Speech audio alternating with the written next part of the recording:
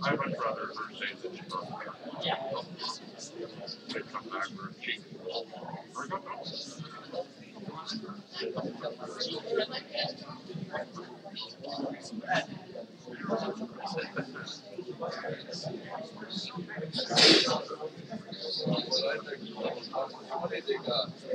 How much are the government debt right now?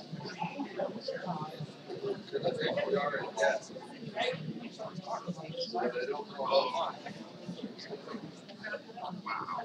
Well, because if they should, I'd like to know how much they're in debt. I should like that by asking myself. Testing. Excuse me, everybody. If everybody could get a seat, we'll get this started.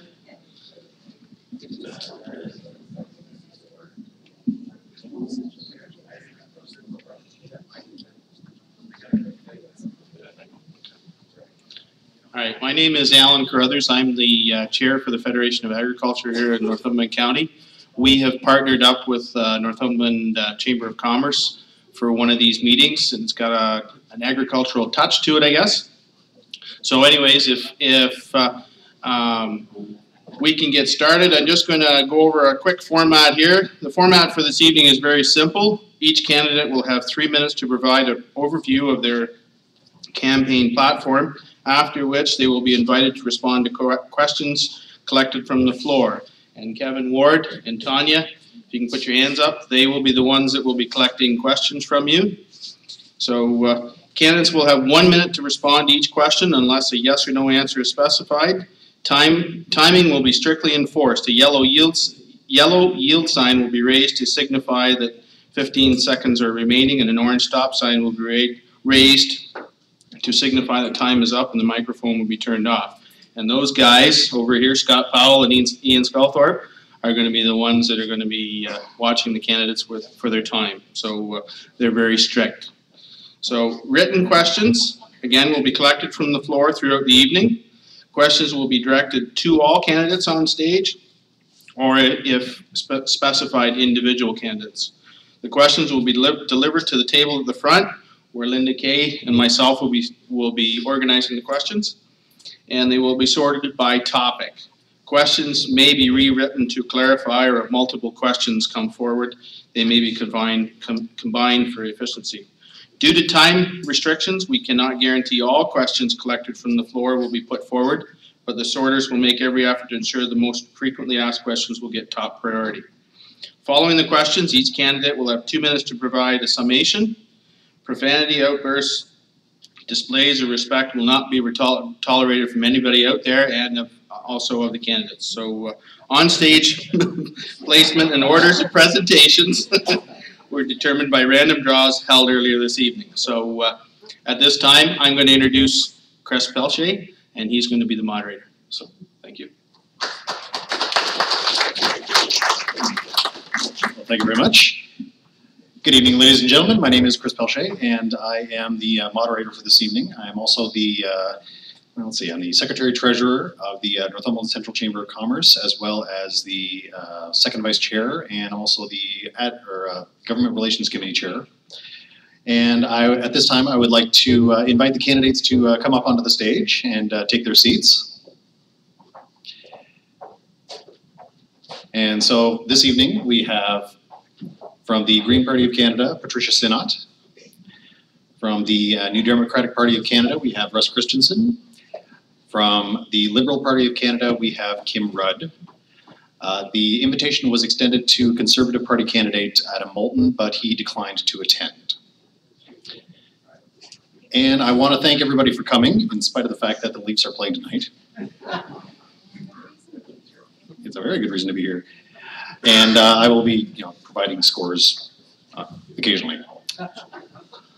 So we are now going to begin with opening remarks from each of the candidates when they're ready. And as a result of the draw, Patricia Sinnott will be starting. Every debate has a different microphone, so I'll just have to test things. My name is Patricia Sinnott. I've lived in Port Hope for 13 years. Prior to that, I lived on the Oak Ridges Moraine for 22 years in Blackstock. Thank you to the Chamber and the Agriculture Federation for arranging the evening. The events of 9/11 started me thinking about retirement, so a year later I bought my grandparents' house in Port Hope. This is where my grandfather started the Port Hope Dairy. So it was great to come back to my roots in Port Hope. And my granddad was responsible for those wonderful Sinnott milk bottles, the first dairyman to deliver milk in bottles in Port Hope. In 2003, I was appointed to the steering committee for the Port Hope Community Health Centre, which opened its doors in 2008. Primary health care reform has been my passion for 20 years. Working in acute care as a hospital pharmacist manager for 3 decades in Durham region opened my eyes for the need to shift healthcare dollars to illness prevention and health promotion. I volunteered on several municipal committees and entered politics in 2010 when I ran for Port Hope Council. The same year, I met Elizabeth May at a Green Party conference. I heard her speak and I was so impressed that I signed up to be a Green Party member then and there. The Green core values are my values: nonviolence, sustainability, social justice, ecological wisdom, participatory democracy, and respect for diversity. The priorities for Northumberland Peterborough South: first of all, the local economy. We've lost manufacturing jobs. Many people are underemployed or working only part-time. And we have a concern about who's going to take over the family farm. The agriculture business is huge in this area. Secondly, healthcare. Home care and aging at home, and seniors paying for prescriptions and everyone paying for dental care is a big concern. Thirdly, democracy, electoral reform. There's too much power centralized in the Prime Minister's office. We need to bring about change there. The Senate also needs to be reformed. Voter apathy in the current first-past-the-post system is something we can deal with by bringing in a form of proportional representation where every vote counts. Poverty. More people are relying on food banks, particularly seniors, and the wait list for affordable housing is 6 or 7 years. The environment. The Energy East pipeline has been ruled against by the Ontario Energy Board, but meanwhile we have long cars in trains carrying diluted bitumen, which if we ever had a spill would be a terrible environmental disaster. So I'm an educator and a communicator, and I think... Close, very close. Yeah. Okay, and thank you very much. And now we have Russ Christensen from the New Democratic Party of Canada. Great. Good evening, everybody, and thanks for coming out. I like the orange stop sign because we use that at NDP rallies to stop Harper, because that's what this election's really about. And you'll notice that Adam Moulton, the Conservative candidate's not here. This is our 11th and I think our last all-candidates meeting. And even though I challenged Adam to come to these meetings and talk to his campaign manager and his father, and said that, this is not the best thing for the campaign, for your campaign, it doesn't look good. He's chosen not to stand up to his leader and come to these all-candidates meetings. I think it's doing him a disservice. So in terms of this campaign, I've kind of put it on the table already. It's about change, and we feel that the NDP can bring the most positive change to Canada. We're ready to do that. We are the official opposition. We only need to win 35 Conservative seats to form government. And the Liberals need to win 100 Conservative seats to form government. So think about that. If you want change, if you want to fire Mr. Harper, like we do, you think about that. And one of the things that we're very concerned about, and Tom Mulcair has been very clear about it since Monday, is a Trans-Pacific Partnership. So you talk about jobs in the economy. How many people remember the 1988 free trade election when Brian Mulroney promised jobs, jobs, jobs? Anyone remember that? Because I do. I remember it. And the reality is that we've already got 42 investor protection agreements with other countries in Canada. The Liberals and the Conservatives negotiated and supported those. We also have 10 so-called free trade agreements. The main part of those is really investor protection as well. And what that means is that if a company feels that its profits are being somehow threatened, they can sue the government. So for example, if we wanted to bring in a pharmacare plan and get generic bulk drugs, they would stop that from happening because they have drug patent laws. So that would cost the Canadian public, without pharmacare, which was part of Tommy Douglas's original vision of our public health care system, without pharmacare, we're spending an extra $10 to $11 billion a year of taxpayers' money coming out of our pockets for the profits of those international, transnational drug companies, big pharma. We don't agree with that. We think that we can do a lot better than that. We can create jobs, we can maintain the family farm. Supply management is under threat. I know Mr. Harper's talking about providing $4.3 billion to supply management to dairy farmers, but the reality is once you open that wedge, supply management will be gone in 15 years. And the family farms that we depend on in our rural community here in Northumberland, Peterborough South, gone. And that means our communities will die too, because we depend on those farms. Right under the wire. Thank you very much, Russ. And now we will hear from Kim Rudd from the Liberal Party of Canada. Thank you, Chris, and thank you everyone for coming tonight. As Russ said, this is our 11th all-candidates meeting, and the response of people coming out has been phenomenal. There has been great interest in this election, and to Russ's point, it is a disservice that the Conservative candidate chooses not to show up, because I think it would give people a broader understanding of what the scope of politics is right now in Canada, and the only other way you can get the Conservative perspective is of course, the news.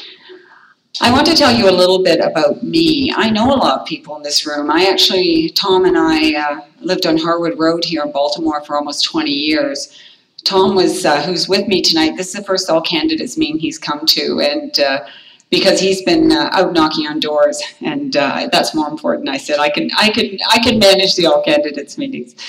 And Tom has been referee-in-chief here at the Baltimore Hockey for, I think it was 15 or 20 years, and he has, as of last week, hung up his skates at 66 years old, so there'll be no more refereeing minor hockey. My community is very important to me. I've lived in it almost 40 years. I have been an entrepreneur and a businesswoman and a strong advocate for this community for over 30 years, whether it's starting Cook School Daycare that just celebrated its 30th anniversary, whether it's owning Willis College and graduating about 2,000 graduates, the only private career college in Northumberland County. I sold it a few years ago when I realized I was going to run again, and I also own Archer First Aid and CPR training, which is one of 40 some odd licensed by WSIB in Ontario, and we train all across Ontario. But the thing is, all of my trainers are from here. I pay their mileage, I pay their hotels, because I believe it's important to employ the people where I live. For me, Tom and I have raised our children. Some of you may know Allison and Stephanie. We have 3 grandchildren who all drive cars, by the way, and I'm not that old, I keep saying. This election, Russ is absolutely right. It is a change election, and we can talk more about that later on. What distresses me greatly is that Stephen Harper is trying to divide us. He's trying to make us afraid. He's trying to talk about things that he hopes you will pay attention to, which take your attention away from what I think are the important things, like jobs, like healthcare, like seniors issue, like our plan to lift 316,000 children out of poverty. Those are the things we should be talking about, the environment, and it goes on and on. So I want people to think. There we go. Told you we're going to be brutal with this. Okay. Just so you Yeah, I could know, loosen up a little. Oh, yeah. just last night, York Bell Smith was on more flu. Oh, yeah. Well, I'm not York Bell Smith, but anyway. Where's he tonight? Okay, so once again, I'd like to thank everybody for coming, and so far there's no score in the Leafs game. So our first question of the evening, for Canadians, what is the single best thing that will come out of the Trans-Pacific Partnership, and what is the single worst thing? And we will begin with Russ.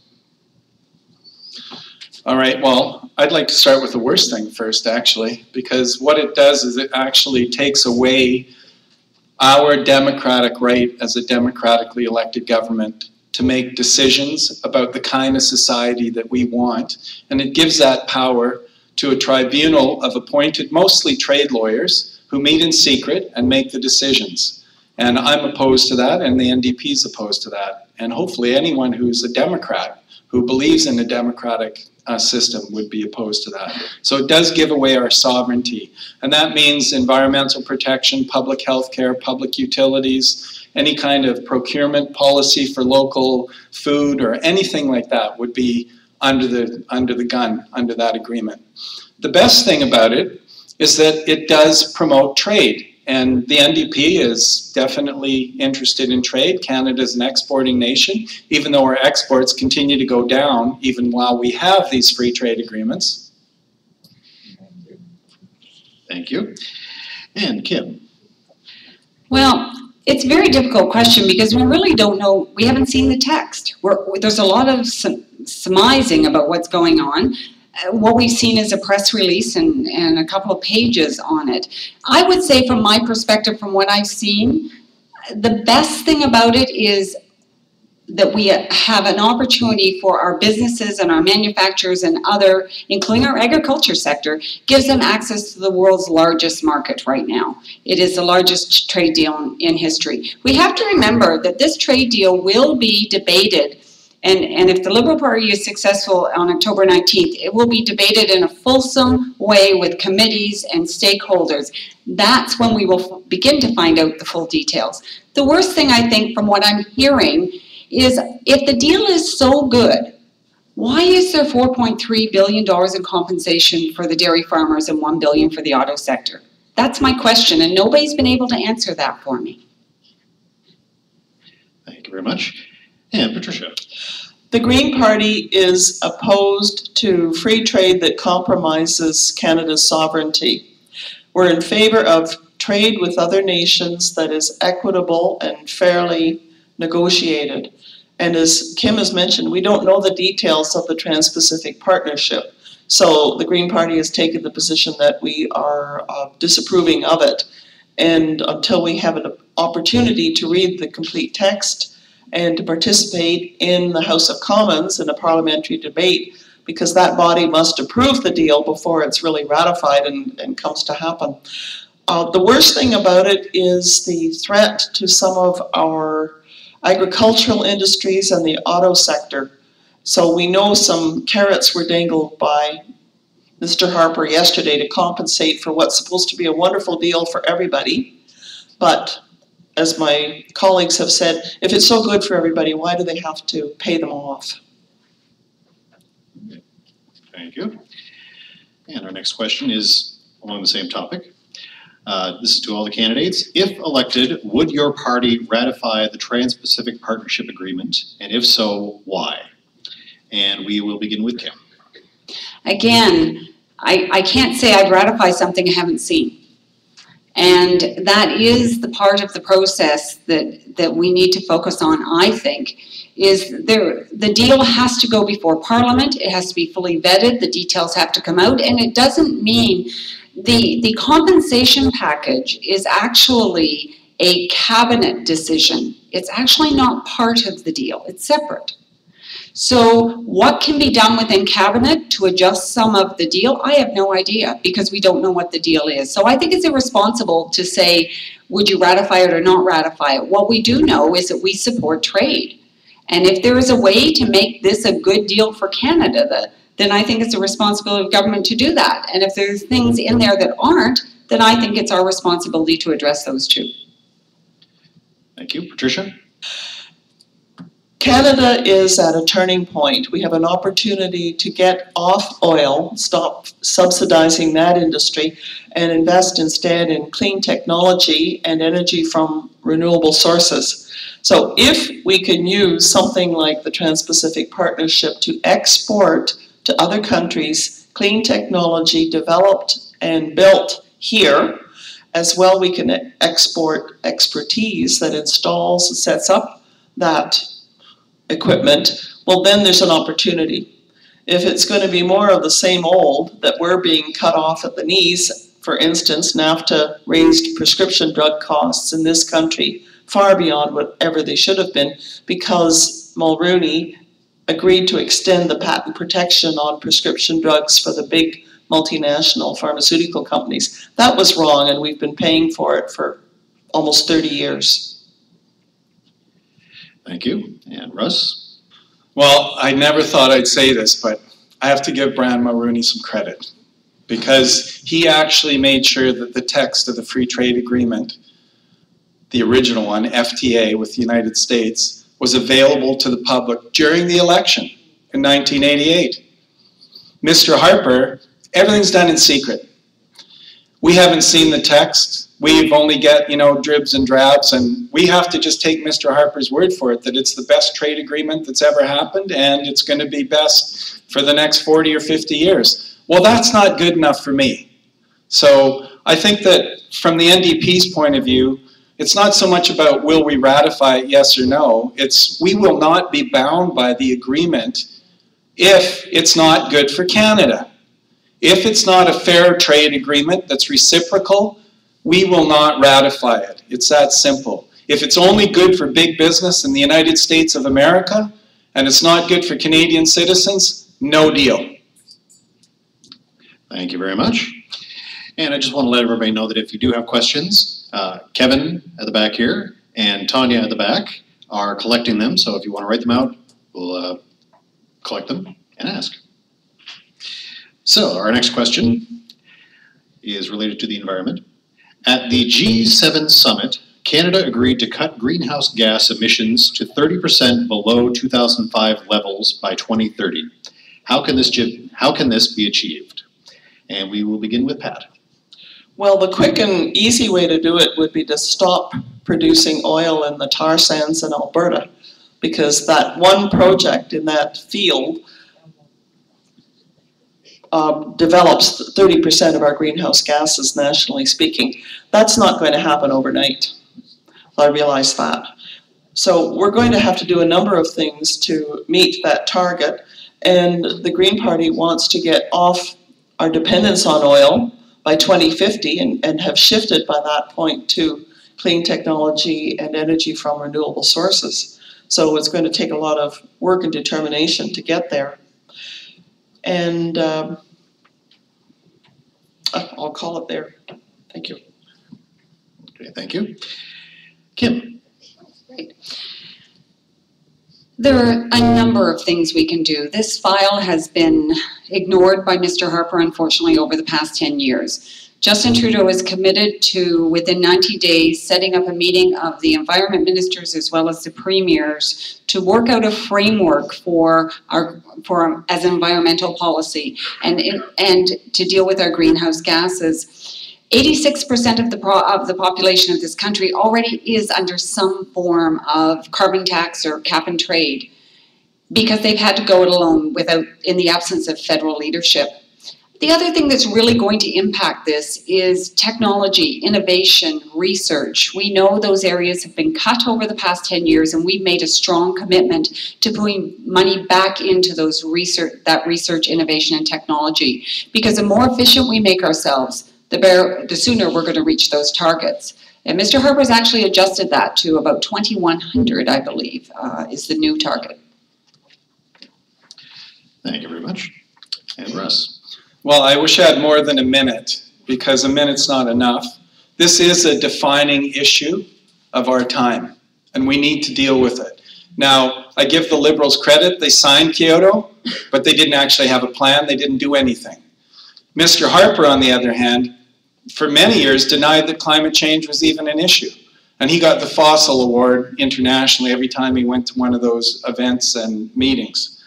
What do we need to do? Number one, we need to get rid of coal-fired electricity. Number two, we need to get energy conservation in a serious way for residential and commercial properties. It has a 3-year payback, so it's economically, it creates jobs, it saves climate change gases. Number three, we have to work seriously on renewable energy. And number four, the NDP will introduce a cap and trade system, make big polluters pay, and stick to some real measurement goals that we meet. Thank you, Bruce. There you go. Thank you very much. You can breathe. Oh, yes.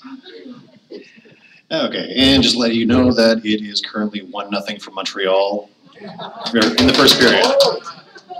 Sorry, I really am. Oh, this is a whole other debate now. That's another debate. Oh, yeah. Okay, so our next question. Northumberland Peterborough South is a have-not riding in a have-not province. If elected, what influence will you personally have within your party to facilitate the attraction of investment and the creation of jobs? And we will begin with Russ.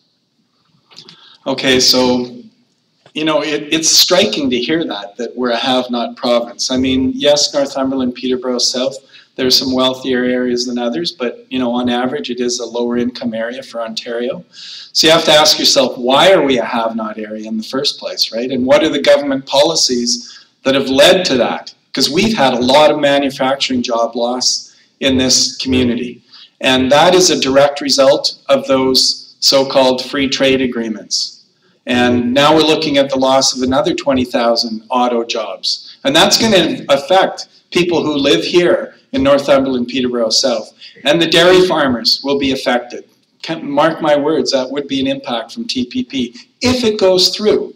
So what will I do? I will work hard and I will negotiate smart and work together with the municipal governments in this area and the county governments to get the best programs that will fit their needs, including the First Nations communities. Thank you. Kim. Getting the order right now. Okay.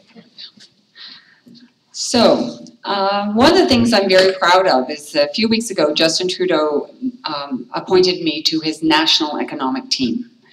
And there were 31 of us, including John McCallum and Ralph Goodale and many others. And I and 2 others have been put on the team with regard to small business and entrepreneurship.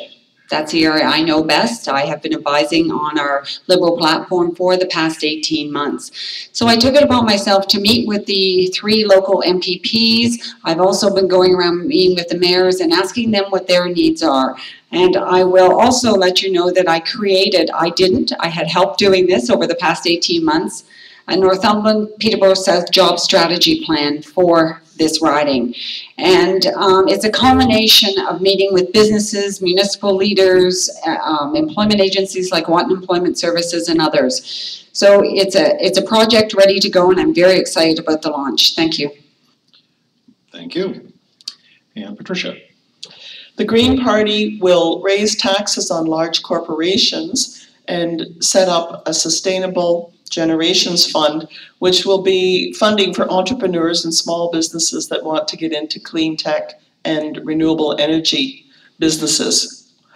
And I would, as your MP for this area, strongly advocate for Northumberland Peterborough South to get this funding locally because we need jobs in manufacturing sector. We've got a lot of people that are out of work from that sector. So that would be a good fit and small businesses would fit into the existing communities. The First Nations people at Alderville have done a good job with their solar farm. So there's expertise there already, which is wonderful. And also the Green Party would provide a guaranteed livable income for everyone to lift people out of poverty. And giving people that income would also ensure that they would spend it locally. Thank you very much. And I just wanted to remind everybody that you can direct specific questions to individual candidates, if you so choose. So, our next. I'd like to ask Adam Moulton a question. Oh, yes. Yeah. Okay, so our next question. Is there a need for Senate reform? If yes, what changes does your party propose? And we will begin with Kim. Okay. Our Senate absolutely needs reform. Our Senate is, in my opinion, a valuable institution in this country. It's not the Senate that's the problem, it's who's in the Senate that's the problem. And Justin Trudeau has put forward in our platform a committee, an independent, nonpartisan committee who will receive recommendations about who Senate appointments should be or what Senate appointments should happen. Those people will be thoroughly vetted. They would then be recommended to the Prime Minister and then on to the Governor General. We have to take the partisanship out of the Senate. There has always been to some degree partisanship, but we have seen former Liberal Prime Ministers appoint Conservatives, and we've seen former Conservative Prime Ministers appoint Liberals until Stephen Harper came along. And then the Senate use became his idea of what he thought it would be. Reform is necessary and it needs to be nonpartisan, but within our constitution, Thank you. Patricia. Yes, the Senate needs reform, and the Green Party believes it needs to be transparent and accountable for what it's doing, and the best way to do that is to elect the senators. The mechanism for doing that is something that needs to be developed by an all-party committee and taken across the country so that Canadians understand, have input, and agree with it, and then it would be a national referendum called to ask for people to give their agreement with the proposed model for an elected Senate in this country. I think it does have a useful role to play when it is a body that is nonpartisan and has the freedom of speaking, is not under the thumb of the Prime Minister's office, which we know has been the case with the current government. So that would be the Green Party way of doing Senate reform. Thanks. Thank you. Russ. Well, I think we all know that the Senate's way past its due date, and it's time to abolish the Senate. And that's been the NDP's position for 50 years. That's not a new position. Mr. Harper came to office in the Reform Party, and he actually wrote the policy for the EEE Senate. Well, how far has he gotten on that? Pretty well a failure. He appointed 59 senators after he said he wouldn't appoint any. Now, there's 16 senators who are under RCMP investigation right now. 9 are Liberals and 3 are six Liberals, no, pardon me, 9 Liberals and 6 Conservatives, so there's 15 under investigation right now. There's 2 that are in court. So the level of corruption with Duffygate, etc., is beyond the pale. Jack Layton had 3 votes in Parliament on the Climate Change Accountability Act. Mr. Harper got the Senate to stop that. That's wrong. Thank you very much. And so the next question. Stats Canada reported that for the first time, Canada's population has more people aged 65 and older than children 14 and younger. What is the solution for our diminishing workforce and growing senior population? And we will begin with Patricia. The riding statistics we got tell us that there are roughly 108,000 people living in Northumberland, Peterborough South boundaries, of which 88,000 are eligible to vote. So that tells me right away there's not a lot of people under 18, are there? So, and we have an even higher ratio of seniors to younger people because we're a retirement destination community. So there are a lot of issues going on here. And the Green Party proposes a number of strategies to deal with seniors' issues around housing, home care, income with the guaranteed livable income.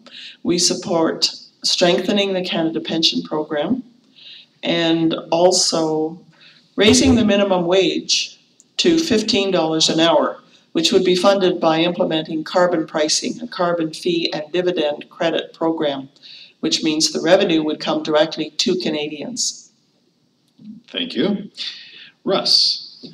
So isn't it great that we actually have some statistics that we can use to make policy? Because Mr. Harper and Tony Clement got rid of the long-form census, which was the wrong thing to do again. So many things that they've done wrong.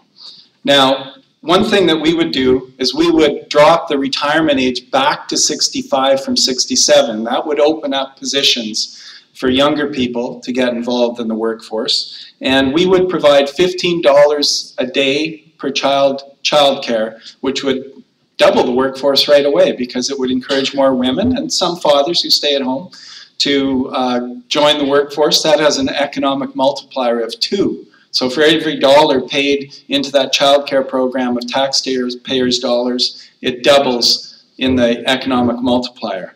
The other thing that we would look at is having a real pathway for immigration. We have temporary foreign workers, but what we need is a real pathway to encourage immigrants to become Canadian citizens.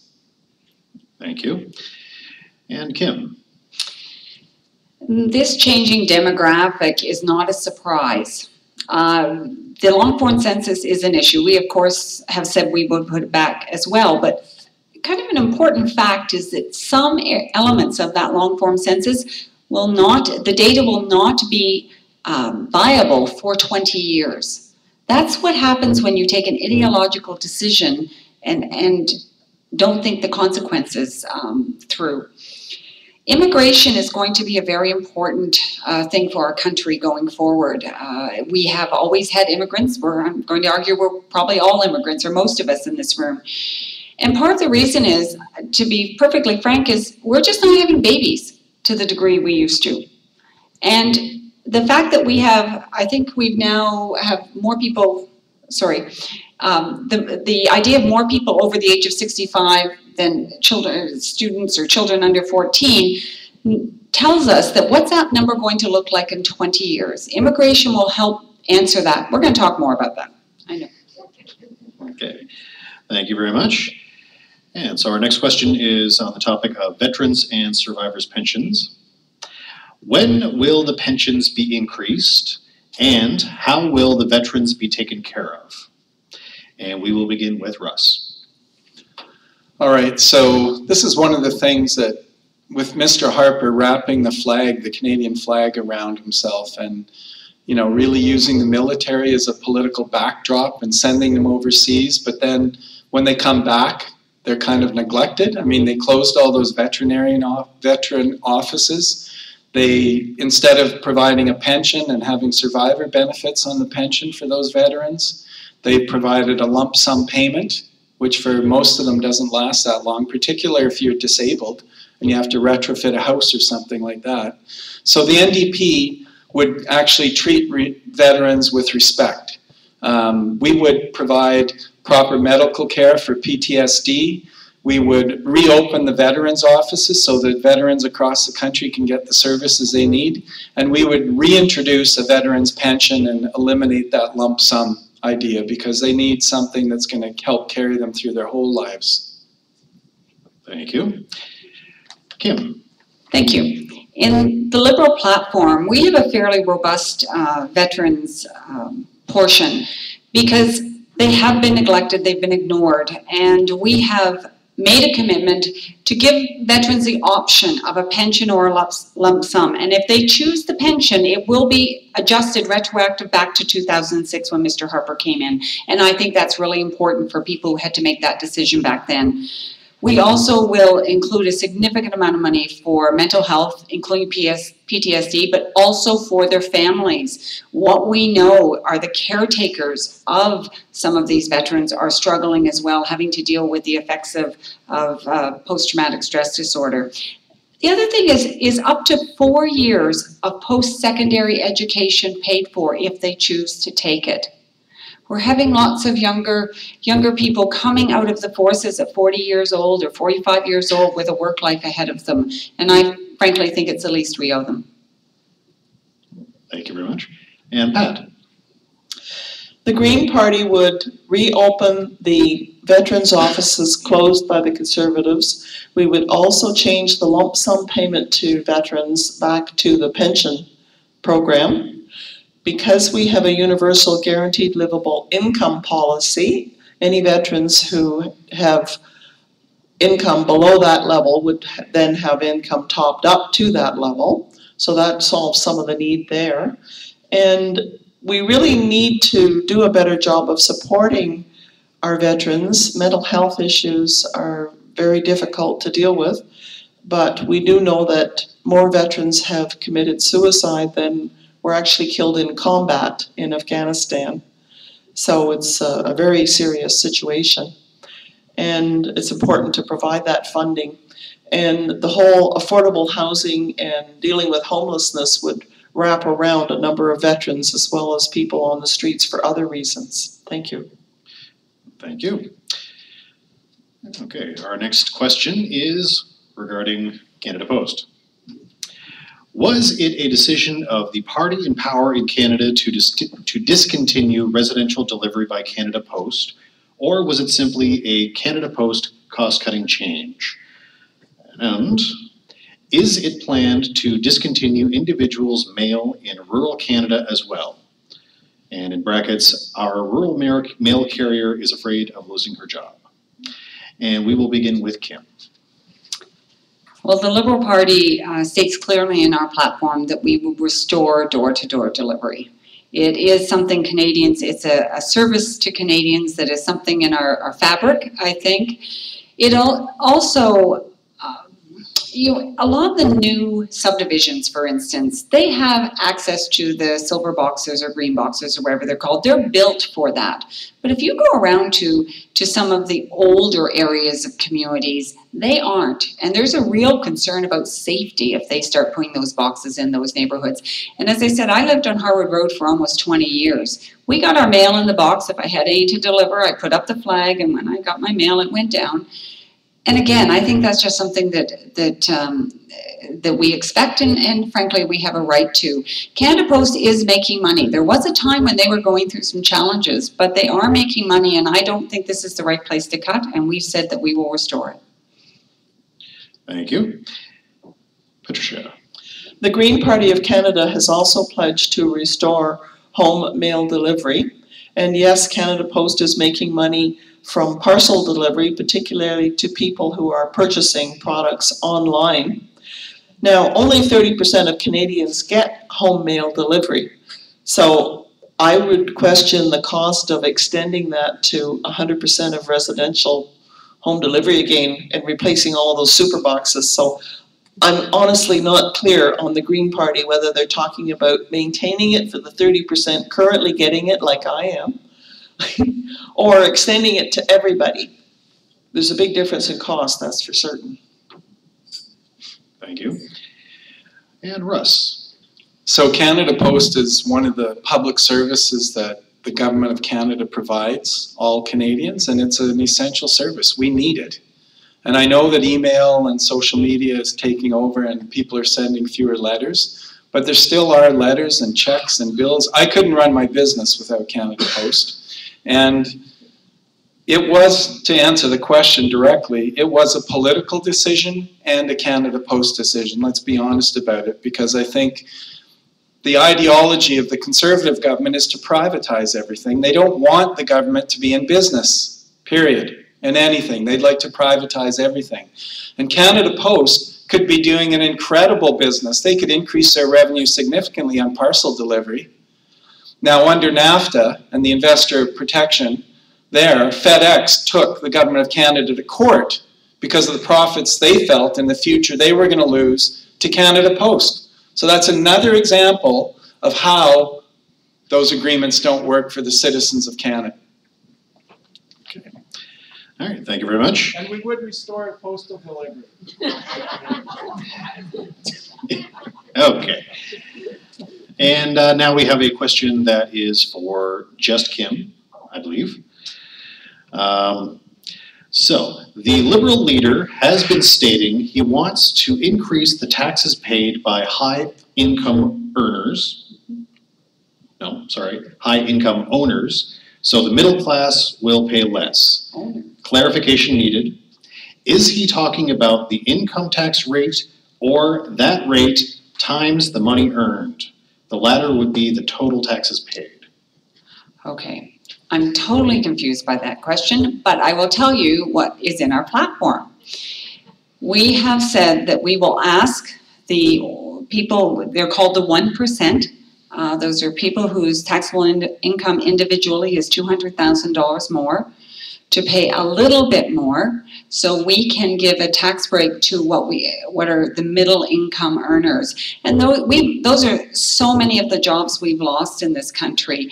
And statistically, the majority of tax revenue in this country does come from middle income earners. So that's part of our infrastructure investment and our jobs plan when we talk about getting youth to work, creating 40,000 youth and jobs for youth employment. That's where that comes from.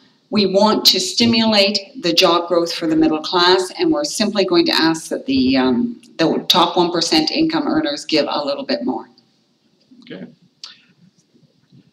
Okay. Why not? Okay, Russ, feel free to We respond. got 30 seconds or a minute? Let's go for a minute. A minute. Why not? Wow, generous. So I think this fundamental issue here is an issue of principle, which is we need a fair tax system. Canadians want a fair tax system.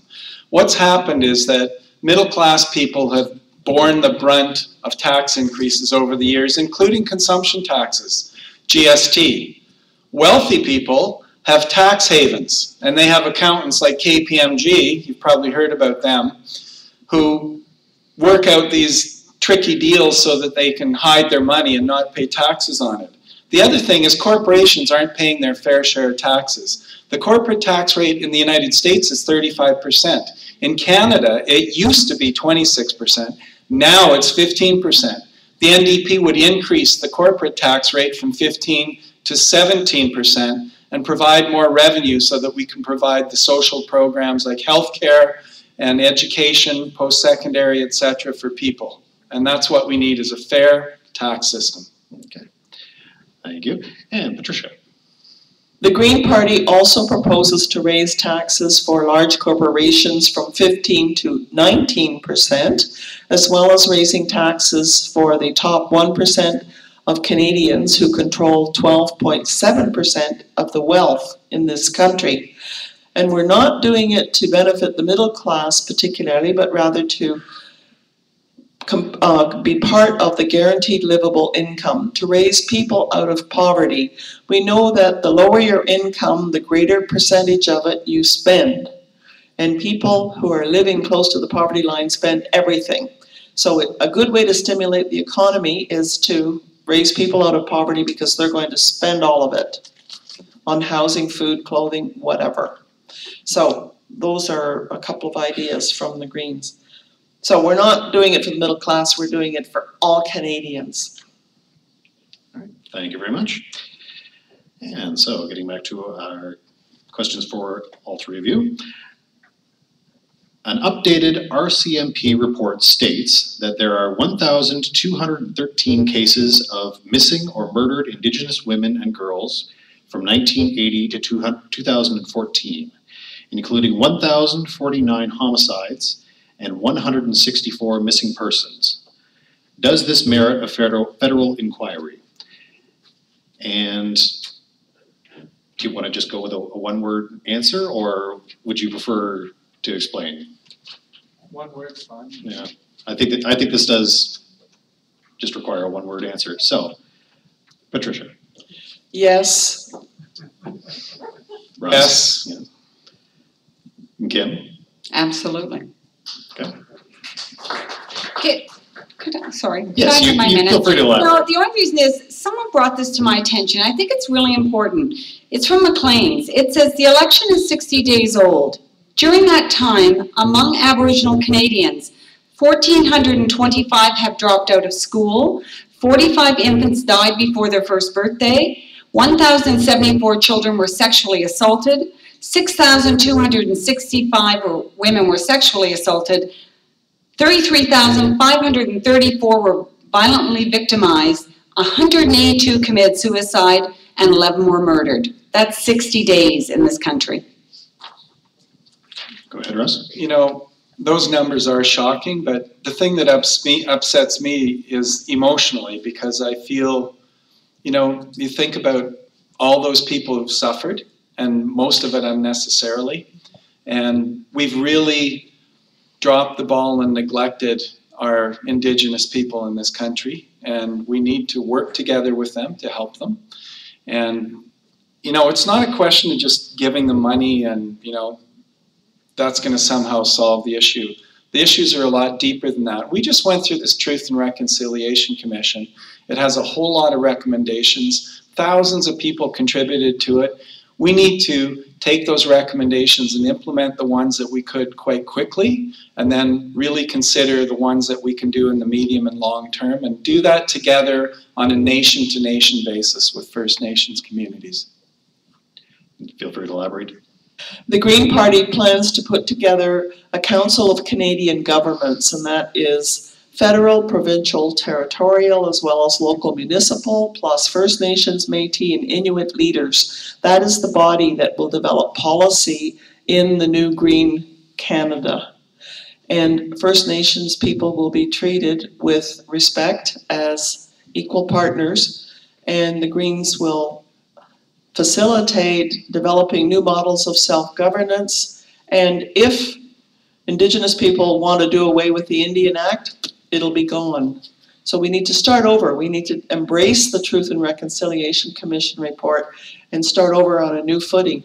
Because truly, we wouldn't be here if not for First Nations people who welcomed, supported, fed, and healed the first colonizers that arrived on our shores. Thank you. Thank you very much. And so our next question, and actually I just want to let everybody know, if you do have any other questions, feel free to flag down our question takers. So our next question, are you with or against the legalization of pot in Canada? Pot. Pot. That's what's written. And we will begin with Russ. Oh, boy. All right, so we know that marijuana for some people is a medicinal treatment and it really works for them, so we've tried to deal with that.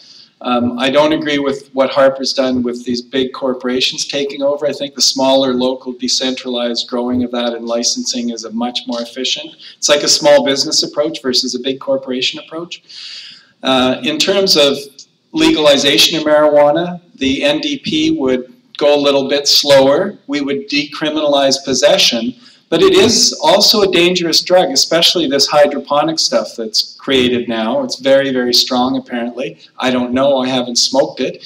But I think that young people's brains are also more detrimentally affected, according to the science. And we have to be careful with that, because the brain develops until the age of 25. And so we don't want to just make it so freely available. We need to be careful and move slower. Thank you. And Kim. The Liberal Party of Canada supports legalizing marijuana for a whole number of reasons, and we have committed to setting up a committee of medical personnel, law enforcement, and lots of other folks around the table to really take a look at what it needs to be. You know, I was talking to a grade 5 class today, and the question came up, and I said, you know, right now students can go and buy it on the street, and they don't know what's in it. They don't know the strength. That's what happened with moonshine back in the days of, you know, Prohibition. So the controlling of the substance and using a model similar to the LCBO, or maybe not exactly like that, where if you look under 30 or you look under 40, you have to produce an ID in order to buy. You control the product itself to make sure it's safe, and you're controlling who's buying it. We'll then tax it, and we'll use that money for all of those other things, just like we did with alcohol and tobacco. Thank you. Thank you. And Patricia. Yes, the Green Party of Canada supports the legalization and sale of marijuana, certainly with regards to keeping it away from young people. There would be a number of negotiations involved in setting up the criteria for sale and keeping it safe. But there is a great revenue source there from the sale of marijuana. And it should be available in a variety of forms. It should not just be in dried form that needs to be smoked, because that way of taking marijuana also exposes your lungs to tar and other harmful things that are in tobacco smoke. And you might be interested to know that for some 30 years, we've had an oral capsule form of marijuana used for nausea and vomiting related to cancer chemotherapy. So it's not something that new, really. It's just a different way of providing it. Why do we give the black market people, the drug dealers, all of the access to the people wanting it? Okay, thank you. And just to let everybody know, it's 1-0 for Montreal at the end of the first period.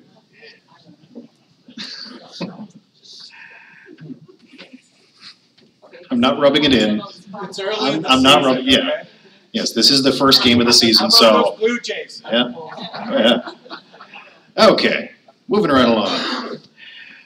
Okay, please give your views on end-of-life I'll start over. Please give your views on end-of-life or right-to-die legislation. And we will begin with Kim. Well, this is one of many pieces of legislation and issues that went before the Supreme Court because Mr. Harper decided it had to. The right to die with dignity is something that the Liberal Party supports. It also needs to be done very carefully. And there's another council that has to be created, or committee that has to be created, made up of clergy, health professionals, and stakeholders. Hospice, I was a board member for Hospice as an example. There are organizations out there that deal with this all the time. The policy has to come from and have influence from a wide range of people. But the reality is Canadians do have a right to die with dignity, and the Supreme Court sent it back to Parliament and said, you must deal with it, that this is a right of Canadians, and figure it out. So we have committed to figuring it out. Thank you. Patricia. For a number of decades, I have been educating physicians and nurses about palliative care. I think we have a huge issue. We're still not providing accessible palliative care and comfort measures, pain relief, etc., to the extent that we need to be doing. And I think that's one of the reasons why end-of-life care and assisted suicide has become front and center. Now, personally, yes, I agree that everyone has a right to die with dignity, and that is also the position of the Green Party of Canada. I think we have a model in Quebec that's a good starting point. And the Order of Pharmacists in Quebec are front and center with providing the medications directly to the physician, so the family isn't picking up the drugs from the drugstore. Okay, it's pharmacist to doctor, doctor to patient. And there's a series of 3 medications given to assure that comfort and a humane way out is attained. So. Thank you. And finally, Russ. My mother died 4 weeks ago during this campaign. She was 93. She suffered from dementia for the last 2 years. She had a living will, which, you know, she would have preferred rather than starving to death, which is how she died. She would rather have had a physician-assisted death. And to be honest, it's quite inhumane to watch your loved people go that way. It's very difficult. And 80% of Canadians want physician-assisted death. Why don't we have it? Baby boomers aren't going to put up with that. And you know, it's ironic because I can't remember the name of the gentleman, but he's a Conservative member of Parliament. He's a quadriplegic, he's in a wheelchair, I just can't remember his name. He pushed his own private member's bill through Parliament, and his own party stopped him. And again, the Senate was part of that. And you know, it's appalling. No, it's not. No. Yeah, I'm trying to remember his name too. You can picture the guy. Yes. Okay. I don't know if you can see this, but this card is full. So this is going to be a long question. So, and there will be 3 minutes to respond to this one. Oh yeah. All right. Who wrote it? I don't know. Okay. Issue. Harper's announcement re assistance to farmers under the Trans-Pacific Trade Agreement is implemented. Background. My analysis of the $4.3 billion promise to help farmers affected adversely is that with over 11 million beef cattle and calves and about $1 billion available to help, which is about $83.33 per head, will be paid to farmers over 10 years, which is $8.33 per head per year, plus chicken farmers will be 8.7 kilograms, or 3.5 cents per pound. That's the background. The question, will each of you inform the leader of these facts? Will each of you inform your leader of these facts? This is taken from StatsCan today and ensure farmers know what they will be supporting. I'll reread that. Will each of you inform your leader of these facts? This is taken from Stats Canada today and ensure farmers know what they will be supporting.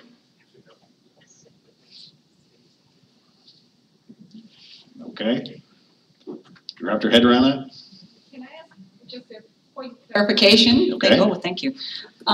Is the question, will we inform our leaders so our leaders understand what the farmers are facing? I believe so, yes. Okay. Okay. Okay. So we will begin with Patricia. Yes, I think this is vital. The 3 minutes. Yeah. Vital information. And when I heard the numbers being thrown around yesterday, I thought, well, that sounds more like a carrot than a solution to a problem. And that's, you know, when somebody's done the math like that, obviously that's pretty much what it is, a nickel here and a buck there. And that's not going to be any long-term salvation when the knees are cut off in your business. That's not going to work. So, yes, the leaders need to know this. Okay, thank you. Russ. Okay, so first of all, it's not beef cattle, it's dairy that's getting the 4.3 billion. So beef cattle aren't actually involved in the 4.3 billion, it's dairy.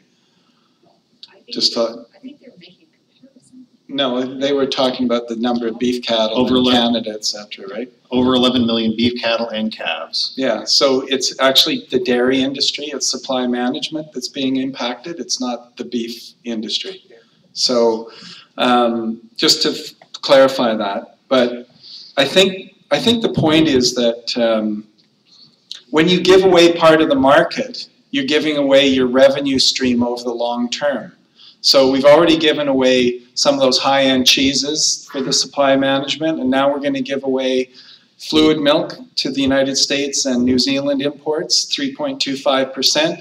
You know, you're just going to keep wedging that, and over many years, that is a loss of revenue for those farmers. And it puts a chink into the whole system of supply management, which ideally, you know, you match the supply with the demand, and you provide small family farms with a way to make a living on the farm so that it's sustainable.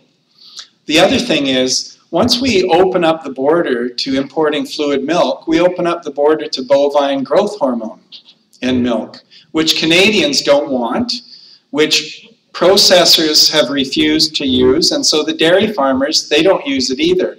Higher incidence, their animals, when you use bovine growth hormone, the animals don't live as long, they have more disease, more antibiotics have to be used, the milk is not as healthy.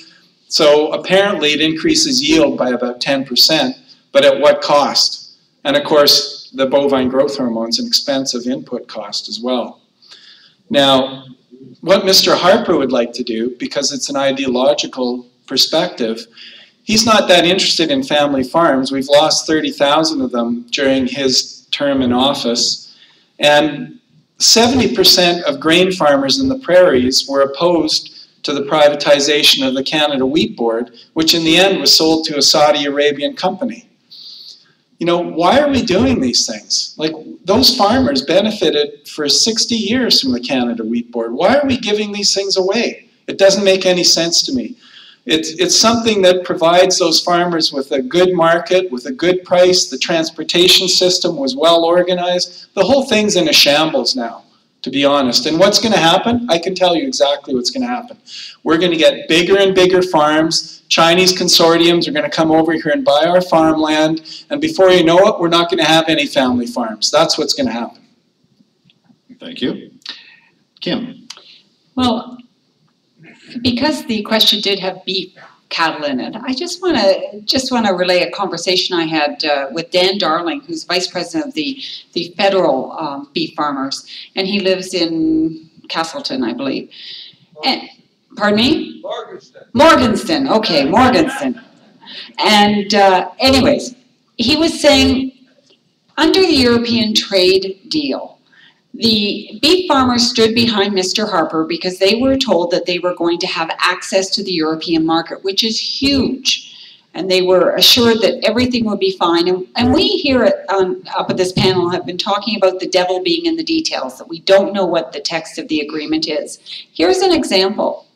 What they found out when the details were revealed was that when our beef or cattle go to processing, they're washed with recycled water.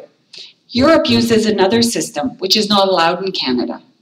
So here they thought they were going to sell their steaks and hamburgers to Europe, and not one cattle could go from local farmers here. In fact, what he told me is there's only 2 very small producers in Western Canada that can sell their beef to Europe.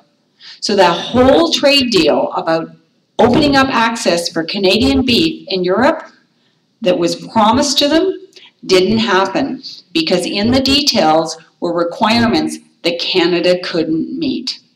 Those are the kinds of things I get very concerned when we start talking about what might be in it, what might not be in it, because we don't know. We need the text to make sure that we're protecting farmers, we're protecting Canadians, and we're protecting consumers. We know that almost 4% of liquid milk is going to be dumped by the US into this country. It is not going to lower the price of milk. None of this trade deal is not going to lower the price of cars. And the suggestion that it's going to, it's not. What it may do, we hope, is open up access for us to sell to other countries and make our businesses more viable, create jobs, hire people. That's the goal, to be able to export. Under Stephen Harper, during his time, we have had 55 months of trade deficit. That's unheard of. So we need the trade, we need the deal, but the reality is we need to make sure that what we're being told we're getting, we're actually getting. Thank you very much. And just going back to a previous question with regards to end-of-life legislation, Stephen Fletcher was the MP. Thanks, Cindy. Good. Now we can all She gave me the right answer. Thank you, Cindy. We can all sleep now. Okay. And so our next question, not taking into consideration your party's position, what is your personal opinion on forming a coalition government? And we will begin with Russ.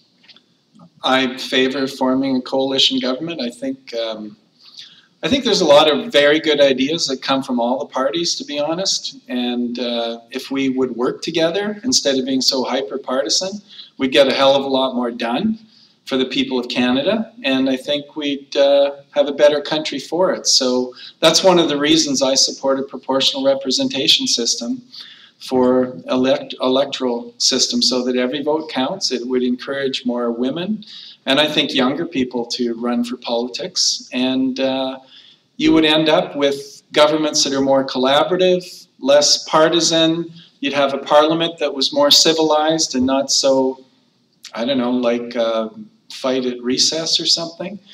And I think you'd get better decisions for the people of Canada. I also think you'd increase the voter turnout, which would be a good thing, because last time was only about 62% and only 30% of young people. Thank you. And our next, Kim. This will be, if the Liberal government is elected, the last first past the post election, and I think that is very important.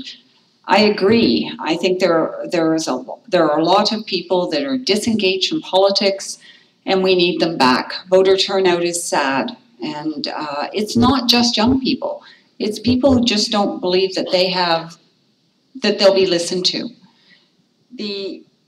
In terms of the coalition government, what we have said, Justin Trudeau has clearly said, is that he will not support a Stephen Harper government. So if it's a Stephen Harper minority, we will not be supporting that government. And we will be working with whatever parties are required to make sure that Stephen Harper is not the next Prime Minister. You can call it a coalition, you can call it cooperative work, you can call it whatever you want. But the reality is, I agree with Russ. I think there's great ideas from all sides, and I think that's been one of the sad results of the Stephen Harper government, is that we haven't been able to talk to each other, and we need to. Thank you. Patricia. The Green Party of Canada leader Elizabeth May has already demonstrated how well she works across party lines for the good of Canadians in our House of Commons. And personally, yes, I really hope and expect that October 20th we're going to see a minority government situation. We have the opportunity of forming a coalition and of having all the MPs working together for the good of Canadians to solve our problems with the economy, climate change, healthcare, etc. And we know that in similar situations back 50-odd years, that's where the Canada Health Act came from and the Canada Pension Plan. So good things happen when you force people to work together. And in Elizabeth May, we have a party leader who will lead the collection around the table and the collaboration and ensure that it's going to be working. Thanks. Thank you very much. And now this next question is for Russ and Kim. Will you please define what your party means by the middle class? And so we will start with Russ. Okay, well, you know why they call economics the dismal science, right? Because they never agree on anything. So the middle class is a definition that economists use, and it's based on household income. And I've heard any range from 40,000 to 80,000, or from 45,000 to 65,000, but I'll use the range of about $40,000 household income to $80,000 per annum, and that's before tax. So that's basically what the economists call the middle class. And Kim? Well, Russ has done a very good job of sort of giving the range, and lots of things get folded into that. So yes, generally it's 40 to 80 or 45 to 85, but it also, the number of children you have is factored in, where you live is factored in. And when we announced our Canada Child Benefit, if you go on the Liberal site under the plan, you'll see the Canada Child Benefit, and it's a calculator. And it's simple. You put your total family income, it doesn't matter who earns it, the number of your children, and the ages of your children. And it will tell you how much your Canada Child Benefit will be every month tax-free. That is geared to middle income families. And the reason for the children is because that does impact how much it costs you. I mean, if you're two single people living on $85,000 a year, you're doing okay. If you have 4 kids, you're probably not doing as well. So it is, as Russ said, you know, it's more of a concept within a range than it is something finite. Thank you very much. I think there was a joke about if you get 4 economists in a room, you get five different opinions. Yeah. Okay. So our next question. What plans does your party have when they form a new government to really listen to and address women's issues so badly neglected? And we will begin with Patricia. Okay, to address women's issues, well, first of all, the Green Party would restore funding to the various agencies within the Canadian government that have been deprived of funding under the Harper government. Beyond that, quite honestly, I'm not aware of specific gender policies in the Green Party. We tend to look at people's needs without dividing them into gender groups. So a whole variety of issues like senior women who are often living near the poverty line, and the number of women over 65 who are poor is growing. So anyone earning $20,000 a year or less pays no income tax. That's across the board, male, female, whatever. And the guaranteed livable income, a national pharmacare program, free tuition for college and university students, male, female. Thank you very much. Russ. So one thing that the NDP does is we try every election to get 50% of our candidates are women. This time we got up to 40%, which is pretty good. It's a lot higher than the other parties. That's one of the things we do. We have a full platform on women's issues, and you can see that online, but just some quick things within a minute. We have a strategy to reopen women's shelters that have been closed so that violence against women, we want to educate but also protect women against that. We have pay equity legislation that we would introduce. I don't know how many people know that women earn about 70% of what men earn in the same positions, still this day.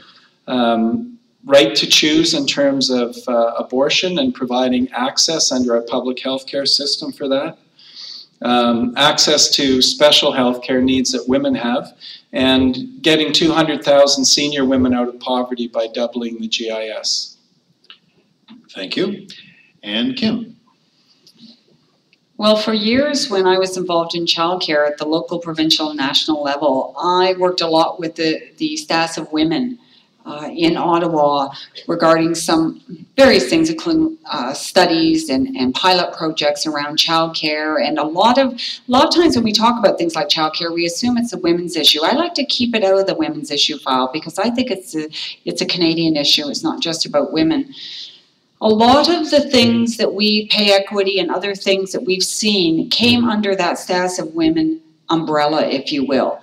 The funding has been cut significantly by Mr. Harper over the past 10 years, and frankly the Minister of Kelly Leach, the Minister of Status of Women, has done more, I think, to take us back years than she's certainly taken us forward. So I believe restoring the funding and the opportunities under the status of women is the way to go. We have a number of things in our platform as well you're welcome to check out. All right, thank you very much. And just to let you know, it is 1-1 in the second period. Who scored? Really? Okay. He's not York Bell Smith. I don't live tweet them anyway. So our next question: what do you feel is a long-term solution for combating the rise of ISIS or ISIL, depending on who you ask? And we will begin with Russ. Well, I know what we shouldn't do. We shouldn't go in and bomb people, because I think that's going to be, continuing to generate terrorism, because ISIL, this is a very complex issue, okay? So in a minute, it's going to be really hard for me to explain all this stuff, but I'll do my best. The war in Iraq and the war in Syria and in Afghanistan, it generates terrorism because people are very affected. They're killed, their family members are killed, they're blown into the ground. So we need to try to find, over the long term, peaceful solutions. That means diplomacy. It doesn't mean bombing missions. It also means that we need to find a way to negotiate with people. Now, people used to say that Jack Layton, they used to call him Taliban Jack, because he wanted to negotiate with the Taliban in Afghanistan. And now that's exactly what people are doing, because that is the long-term solution. If you want to coexist peacefully, you have to be able to sit down and negotiate. Thank you. Kim. I think people have been asking this question, maybe not with the word ISIL in it, but for a very long time about peace in the Middle East. Remember, we go back to Jimmy Carter. There is no easy solution, but I do know that Canada's role in the world has been significantly diminished. We have always been, our armed forces have always been the peacekeepers, and we have a proud history of that. I don't believe we should be, nor does my party believe that we should be using planes to bomb people. I think it's 3% is all we're contributing in the bombing. I would rather us take those resources and use them to train people in Syria and have them have the ability to manage their own situation in their countries. The other thing the bombing has done is, yes, it is destroying communities. We're blowing up buildings where they work. We're blowing up homes. And we need to go in and repair the damage that we've done. That's one of the, again, it's a minute and it's Syria. Yes. And Patricia. The Green Party of Canada, having a core value of nonviolence, would look at the situation and try to bring all parties to the table and negotiate a peaceful long-term solution to what's going on in these unsettled Middle East countries. And we really see the role for Canada's military as being moving away from the NATO combat role and getting more involved with the United Nations as diplomats, peacekeepers, crisis or disaster relief specialists, and training for police and local military forces to keep the peace, provide security for people within their own countries. So I don't agree with bombing in Syria either. And it's been going on for so long. We've created, well, not we, but there are now 4 million refugees from Syria who fled the country because it's not safe to live there. And people don't do that lightly. Thank you very much. And our next question, if elected, how will you represent Canada's best interests at the next climate change conference in Paris? And we will begin this question, or the answers, with Kim. Well, as I've mentioned earlier, Justin Trudeau is committed to convening a meeting of the environment ministers and the premiers. He has also said that to create the framework, but he's also said that he will invite all of the premiers to Paris with him. Because we need leadership in this country. We are a federation. And if we're going to find a solution to greenhouse gases and our environmental challenges, we need the provinces as partners. We can't tell the provinces what to do. We need to negotiate with the provinces and come up with a solution. Mr. Harper's last negotiation I mentioned quickly earlier, I think his new number is reaching the goal by 2100. That's not even in the realm of people's concept. I mean, we won't be around in 2100. We need immediate action and clear action, and we need to make sure that we are all rowing in the same direction in this country. I think we actually need a North American, South American plan on this side of the world. Thank you. Patricia. The Green Party would mobilize the Council of Canadian Governments. So you want representatives from the federal, the provincial, local, as well as First Nation, Métis, Inuit leadership to attend the climate change conference. And Elizabeth May has already proposed that October 20th, that's one of 2 priorities for the Green Party. So she wants to be part of that delegation going to Paris, and who better than Elizabeth May to either lead it or contribute heavily towards it with representatives from the other government levels and whoever is elected. And the second priority, October 20th, is democracy. Thank you. And Russ. So who better to lead the delegation would be Tom Mulcair, but that's okay.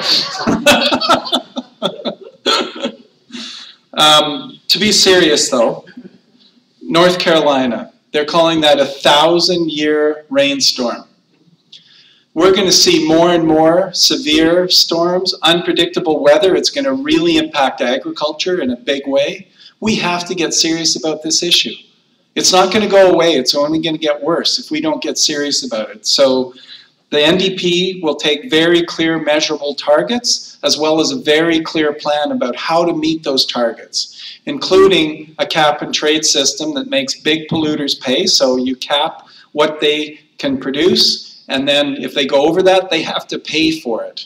And we need to look at providing that leadership federally so that we meet our international obligations. It's a disgrace that Canada is so lowly regarded internationally around this issue. Thank you very much. And the next question is for Patricia Sinnott, specifically. You spoke of the Green Party putting in place a guaranteed livable income. You also said you would ensure it would be spent locally. How would you do that? Well, that's a great question. I think there are a number of things that we're trying to do locally, especially in the agriculture food area. There's a very strong movement in Northumberland County, certainly, to through farmers markets and a number of restaurants that are buying local and serving locally grown foods. How would we ensure that people receiving the guaranteed livable income would shop local? Well, first of all, I don't think they would tend to travel as far as people with more money might travel. And I think that's a factor. I don't know, I have an idea. Have you? Well, see, we'll share ideas. Yes. I apologize, I'm not quite up to spec tonight. I have a heck of a head cold. So the thinking is not as bright as It's usual. also the 11th, Patricia. Well, maybe it's that. Russ, you had, No, you know what, Patricia, I could hear that you're stuffed up earlier tonight, so fair enough. And I know you've got guests at home. But, you know, one thing that you could do, and it's not necessarily, you don't even have to have a guaranteed annual income to do this for local exchange. You can have local exchange systems. And they're really straightforward. You can do them right on the computer and people can share stuff. It's part of that sharing economy that everyone's talking about. So there's lots of things you can do in terms of trading without actually using cash. Although the guaranteed annual income would provide cash, I think you could do something around a local exchange system or local dollars, like we've had Trent Hill dollars, where people spend those dollars at local businesses, because that's the only one that'll accept them, right? So it's a great idea. Like a barter system. Yeah, it's like a barter system, but just more fancy because it's on the computer. Yeah. If it works. Yeah, the computer, that is. Kim, did you have anything that you wanted to add? No, I think I'll leave it to my two colleagues. Thank you. Well, another way to They've done a good job.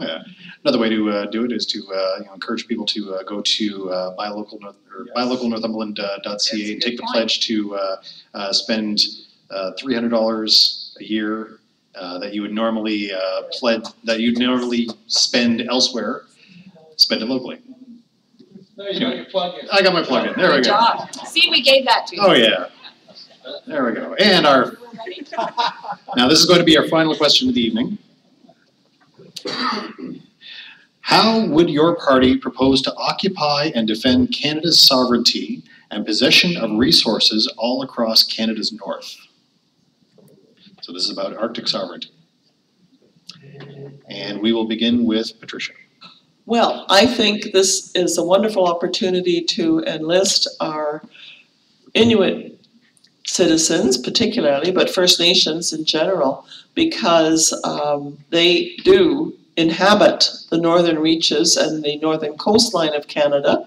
They have a lot of knowledge about the coastline, and certainly they've been informing us for decades that climate change is happening and melting is happening and things are changing in that coastline. So who better to be on the watch on behalf of Canada's sovereignty than those who are living there.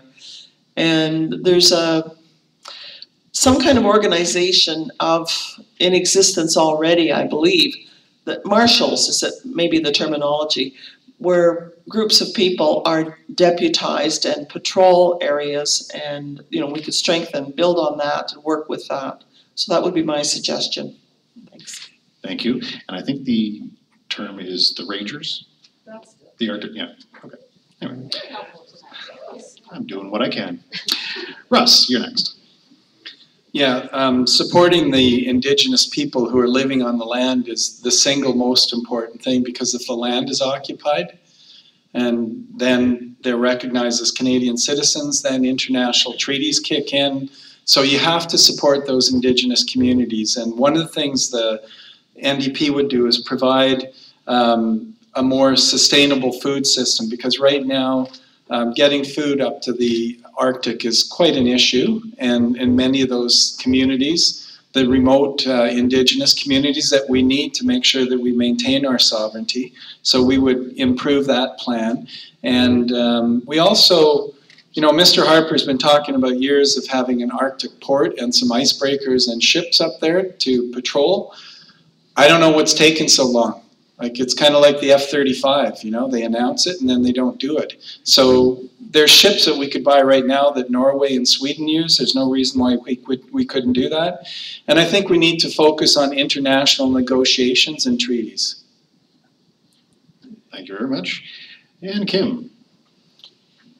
Taking care of our environment makes sure that our Indigenous people actually do have a place to live, and they can hunt, and they can do the things that they need to do to survive and sustain themselves. Because and sort of the other part to that is the wildlife, and some of the reports that are coming out of polar bears who are basically starving to death because we've had so much melting that they don't have the same access to their food. To me, that's a lot about sovereignty.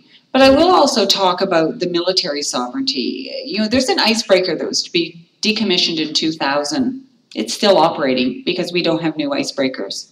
The F-35, which is a debacle in terms of procurement, is not good in cold weather. So who ever thought that was a good plane for Canada? I completely don't understand. There are other planes that are good, such as the Super Hornet, and there are others. So we have to look at it from a number of perspectives, including the environment, our Indigenous communities, and our military response, as well as, of course, our negotiating with other countries so they don't all want to take away our sovereignty. Thank you very much. And so that concludes the questions for this evening. Once again, I'd like to thank everybody for showing up and for participating. And I'd like to thank the candidates for their opinions and for arriving and being here. And we are going to have closing remarks from each of the candidates, and they each have 2 minutes.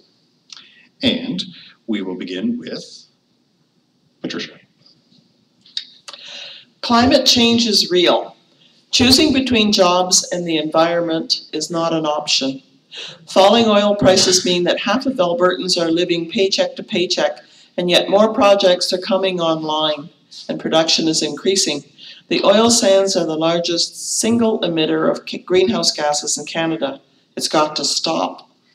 Rather than transporting bitumen by rail, pipelines, or tankers to be refined elsewhere, Greens support refining bitumen in Alberta, creating good jobs there.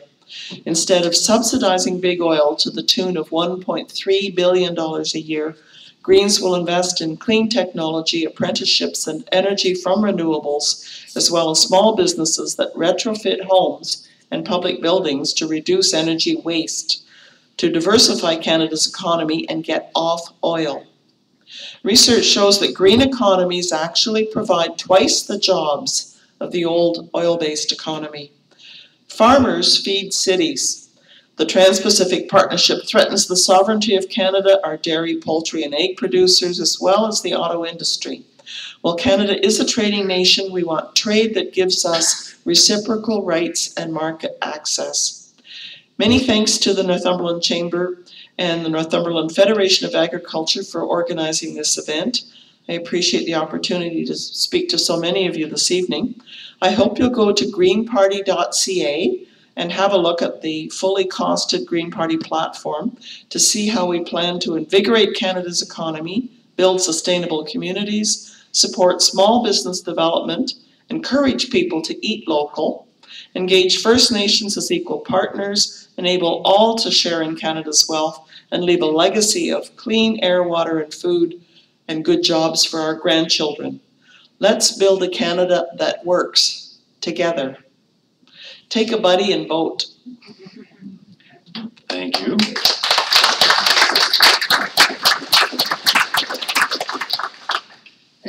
next we will have Russ. Well, this is my 5th federal election, and I'd like to thank Patricia and Kim for attending these 11 all-candidates meetings. And I know it's a lot to ask in this riding, because our ghost candidate is not here. And I don't think there's that many conservatives in the room. I could be wrong. But I'm asking for your vote. You can vote at the advanced polls. You can vote on October 19th, or you can go and vote tomorrow at 800 Division Street down at the Chief Electoral Office. I think it's time for change in Canada. We have a government that's been in power too long. I'm hoping they're going to defeat themselves. They've turned our parliamentary system into a joke. They're anti-democratic. Mr. Harper acts as a dictator. It's disrespectful. It's not the Canadian way of doing things. It's the Republican way from the United States of America. That's where he gets all his ideas. That's where he hires his consultants for, except for that Australian guy, the lizard, I think they call him, the Lizard of Oz, who's brought in the niqab issue and all these other things. I mean, it's divide and conquer, and it's using fear to divide the Canadian population. And what we need is unity. We have a wonderful country here, and we have so much potential.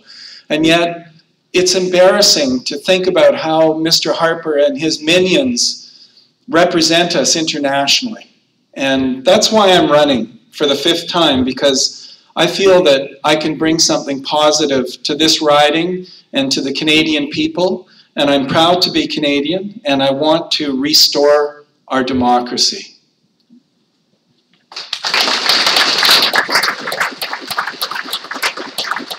Thank you very much, Russ. And finally, Kim. Well, thank you all for coming tonight. I'm going to give a different closing than I've given in any of the all candidates meetings to this date.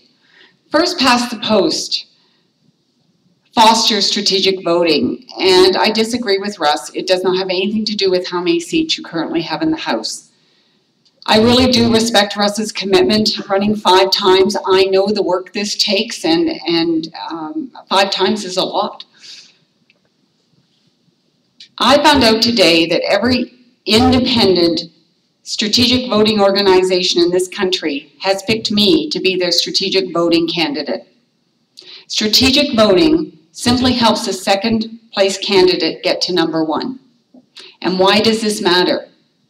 Because we are faced with the real prospect of a 25-year-old conservative candidate with almost no job experience and almost no volunteer experience.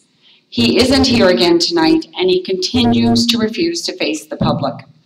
Frankly, I personally believe that behavior shows arrogance and entitlement and aren't the qualifications for an MP. He has done nothing to earn the privilege, and indeed it is a privilege, not a right, to be your MP. I have worked for over 30 years here as a business owner. I've employed people who live here. I have given over 30 years of volunteer to countless causes. I've fought for this community, from rural health to childcare to post-secondary education. And now, I'm asking for you to help me stop Stephen Harper from eroding any more of the Canada we've come to know and love. Please vote for me on October 19th. Thank you.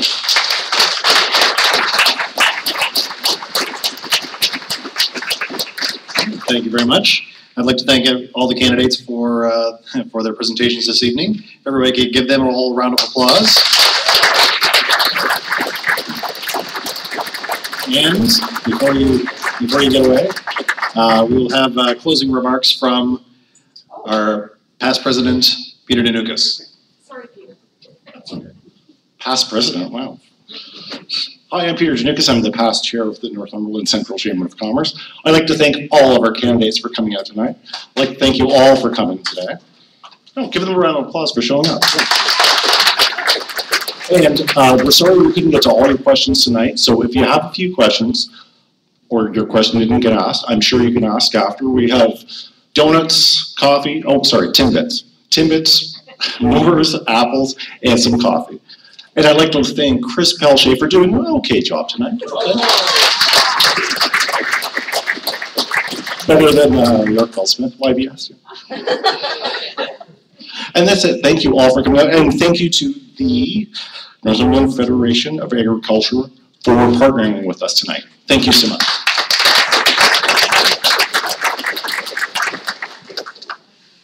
And that's it, everyone. Have a good evening. Drive safely. Make sure you get out and vote. At 800 William Street is, 800 Division Street is the office of the Elections Canada in Northumberland, Peterborough South. You can go there, you can check out and make sure that your address,